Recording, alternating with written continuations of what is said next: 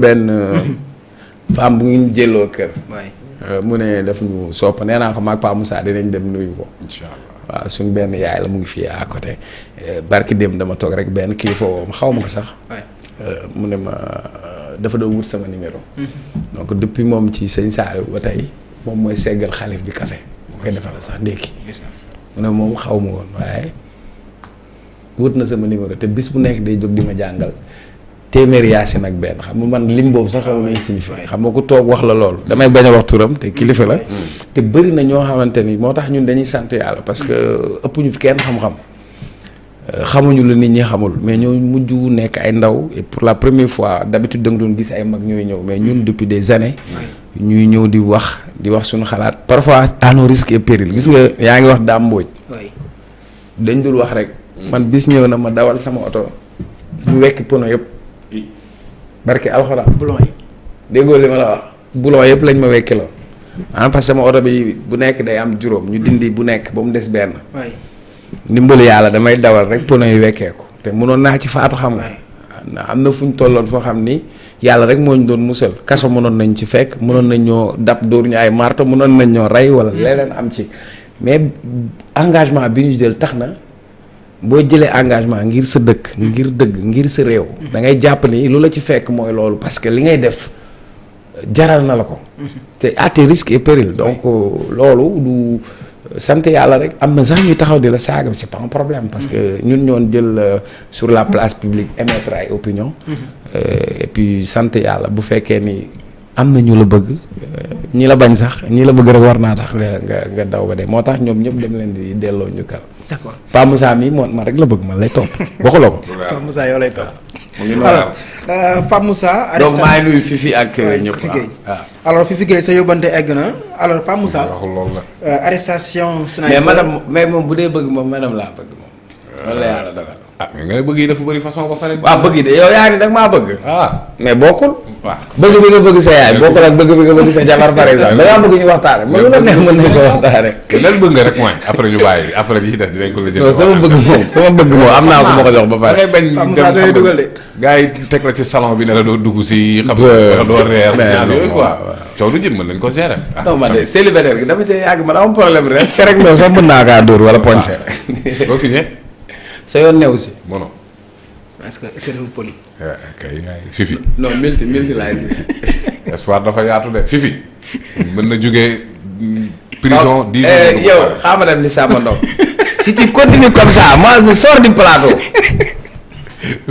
mais il a manqué de respect à la famille Ndong. ah oui parce que là tu es en train de manquer de respect à monsieur Talla. nouveau marié en plus. madame Talla. ah oui. s'il quitte le plateau s'il continue dans cette lancée. alors Pa Moussa. waaw arrestation très rapidement arrestation sniper. Pa Moussa moom lu ñu fi am bëri na. Jérôme Bandiaky amuñu woon mandat de perquisition def nañ ko ci këram gi nekk plateau. arrêté nañ ko laaj nañ ko ci Didier Badji ak Fulbert Samb nee na ni ko gars yi yëgee noonu la ko yëgee passeport diplomatique bi nee na bi mu nekkee garde rapproché bu Aminata Touré Mimi Touré ancienne ministre de la justice la ko jot loolu lépp wax na ko alors sa jàngat ci arrestation bu sniper. ce sont des réponses provocatrices parce que xam na ne Mimi Touré est de la coalition présidentielle il a souligné ça. mais le ministre de la justice ne donne pas de passeport diplomatique quand même. war na xam na loolu. donc nañu wax kan moo ko jox rek nag te bàyyi yi muy def. ce n'est pas Mimi Touré elle était ministre de la justice. affaires étrangères président de la République. sniper tamit. yow yenn yi jaru ko fi aussi alors donc au-delà de kii bi vacarme beeg yooyu. mandat de perquisition amoon na seulement c'est l'heure de perquisition qui pose problème. l'heure au-delà de 22 heures. day xam ni lanu koy toppee. ce n'est pas une infraction de droit commun. ce sont des faits d'une extrême gravité. moom mooy permettre à ce que ñu déroger à la procédure pénale. parce que bu ñu ko déroger waxuma la mënut nekk de. mën na nekk selon le type d'infraction bi nga xam ne moom lañ koy toppee. mën nga dépasser le délai légal de garde à vue selon le type d'infraction bi ñu lay toppee.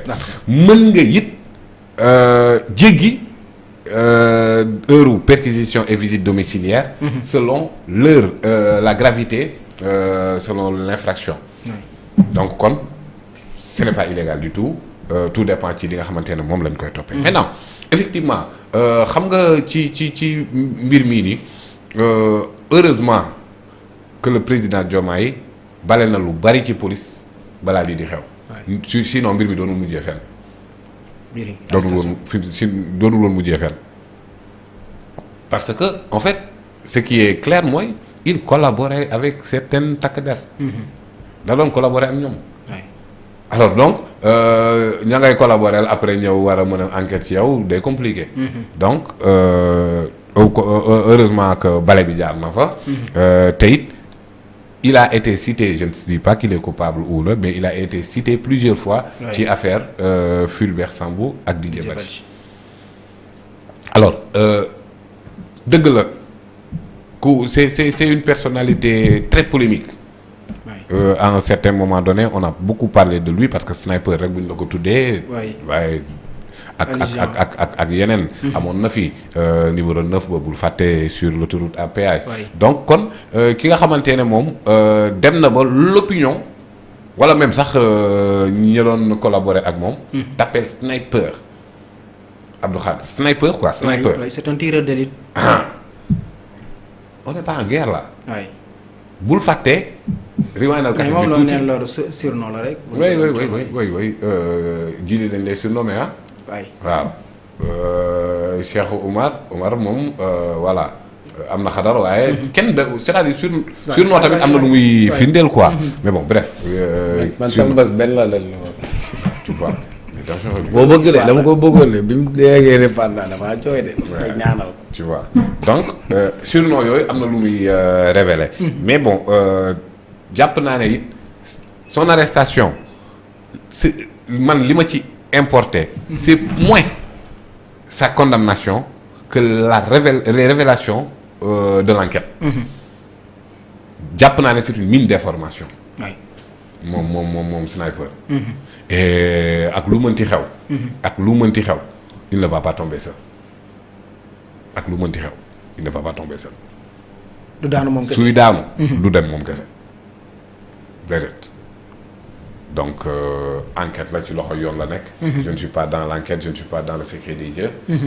je parle que si sama xalaat jàpp naa ne na ko Sénégalais yi bàyyi xel bu baax a baax. mën na élucider beaucoup de choses yoo xamante ne mi ngi woon suñu ginnaaw. bëri ay questionnements. donc ce qui m'importe c'est moins une future condamnation pour lui. mais plutôt renseignement yi nga xamante ne mën na jóge ci moom. D'accord.